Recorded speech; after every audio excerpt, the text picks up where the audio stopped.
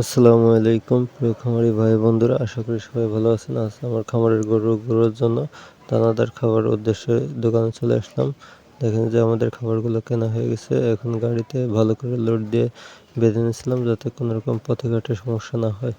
বাসায় চলে আসলাম, দেখেন খাবারগুলো সব নামানো হয়ে গেছে। এটা হচ্ছে মসুরির ভুসি, এটা হচ্ছে ছোলার খোসা, যেটা ছোলার ভাঙানোর পরে যে উপরে যে খোসা, এটা হচ্ছে বুটের খোসা, এটা হচ্ছে ভুট্টা ভাঙা ভুট্টার গুঁড়া অর্থাৎ পাউডার, এটা হচ্ছে সয়াবিনের খোল, এটা হচ্ছে গমের ভুসি এবং এটা হচ্ছে ডিসপি পাউডার এবং ডিবি ভিটামিন, এটা লবণ, এটা খাই সোডা, খাবার সোডা যেটা বলে, এটা হচ্ছে ধানের কুড়া অর্থাৎ ধান ভাঙালে যে চাউল বেরোনোর পরে যে অবশিষ্ট অংশ থাকে।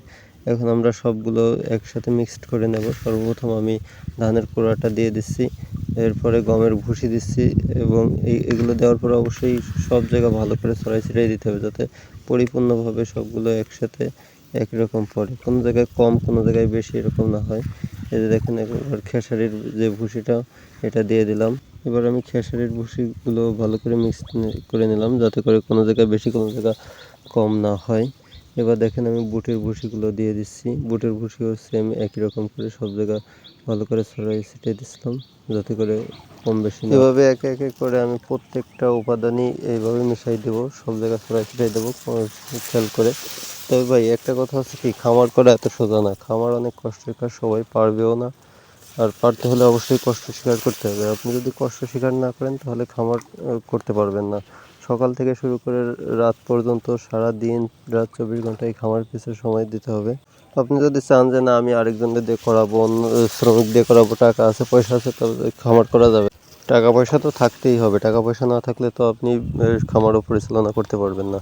তবে সবসময় চেষ্টা করতে হবে নিজের খামারে সময় দিতে, নিজে ছোটোখাটো হোক বড় হোক যে কাজই হোক নিজের করতে হবে।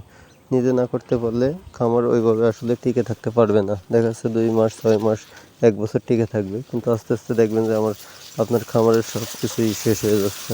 তাই আমি সবসময় চেষ্টা করি নিজের কাজগুলো নিজে করাই। যে দেখেন খাবারগুলো প্রথম থেকে শুরু করে শেষ পর্যন্ত সব কিছু আমি নিজেই করতেছি ভাই, আমার আসলে ওইভাবে কোনো লোকও নাই, যার কারণে আমি সব কিছু নিজেই করি। সকাল থেকে শুরু করে রাত পর্যন্ত অনেক কষ্ট হয়, তবে এই কষ্টের মাঝেও অনেক আনন্দ আছে। যে এটা করবেন অবশ্যই বুঝবেন, না করলে আসলে এটা বুঝবেন না। কষ্ট যেমন সুখও তেমন। আপনি দিন শেষে যখন গরুগুলোর কাছে আসবে, দেখা যাচ্ছে আপনার গরুগুলো সুস্থ আছে, তখন আপনার এমনিতেই ভালো লাগবে। আর যদি আপনি নিজে সময় না দিতে পারেন, দেখেন খামারে টুকটাক যদি সমস্যা থাকতেই থাকে তখন আপনার শান্তিও লাগবে না। এক সময় দেখবেন আপনি এই সমস্যাগুলো সমাধান করতে করতেই আপনার সারাদিন চলে যাচ্ছে, মাস চলে যাচ্ছে, বছর চলে যাচ্ছে, কিন্তু খামারে আশানুরূপ কোনো ফলই পাবেন না। এখন আমি খাবারগুলো ভালো করে মিক্সড করে নিচ্ছি, প্রত্যেকটা অংশ প্রত্যেকটা কোনায় যাতে ভালো করে একই রকমভাবে মিক্স হয়, কোনোটা বেশি কোনোটা কম না হয়।